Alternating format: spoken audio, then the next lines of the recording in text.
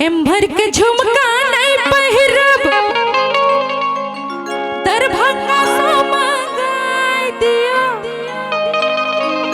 एतो के झुमका नहीं पहिरब दरभंगा सो मंगाई दियो। अरे हे सैया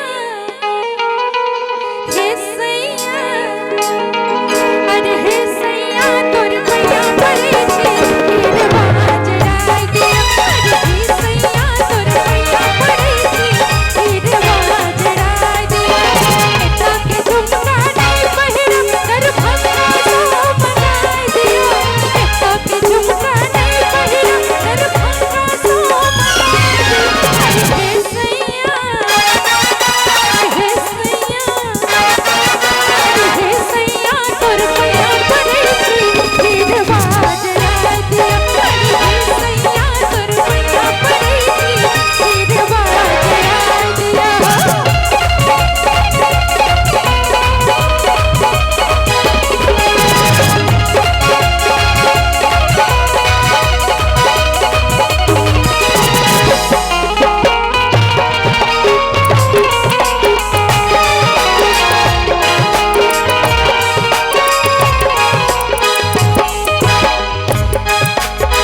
साड़ी मिला हरदार बूटी हीर बाजराई दियो। साड़ी मिला हरदार बूटी हीर बाजराई दियो। अरे हे सैया अरे हे सैया अरे हे सैया तोर भैया बड़े छी बाजराई दियो। अरे हे सैया तोर भैया बड़े छी बाजराई दियो।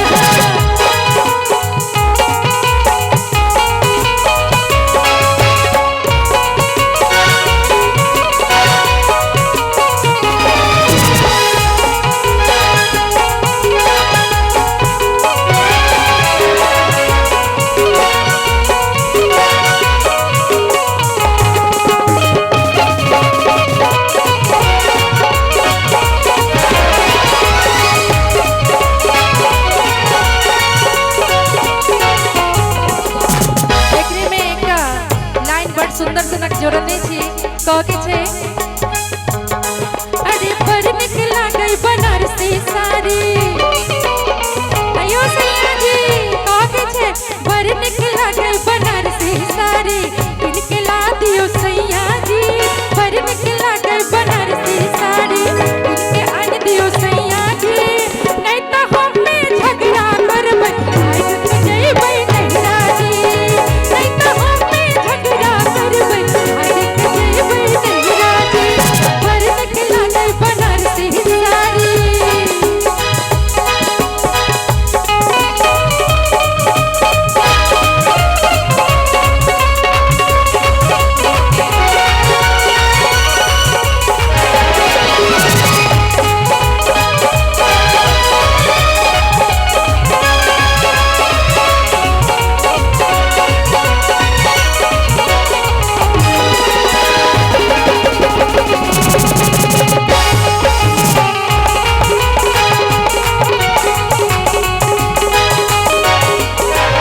कहै छथिन घर रे घराना मन घबराइलियो।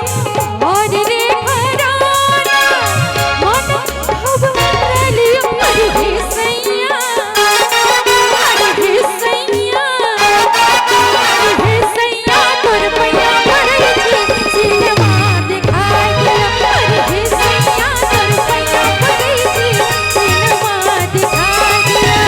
उमर के झुमका नहीं पहिरब उमर के झुमका नहीं पहिरब। सुनियो उमर के झुमका नहीं पहिरब कत्ता से मंगा दियो। कनी अहाँ सब जोर से कहियो नहीं हो तनी जोर से कहियो। हाँ ये सुनल चाहत रही हम कि ओत्तो के झुमका नहीं पहिरब अयो कि रही का सो मंगाई दियो। कनी दोनों हाथ उठा कर थपड़ी बजा कर हाँ सब कहे कि रही का सो मंगाई दियो। अरे हे सैया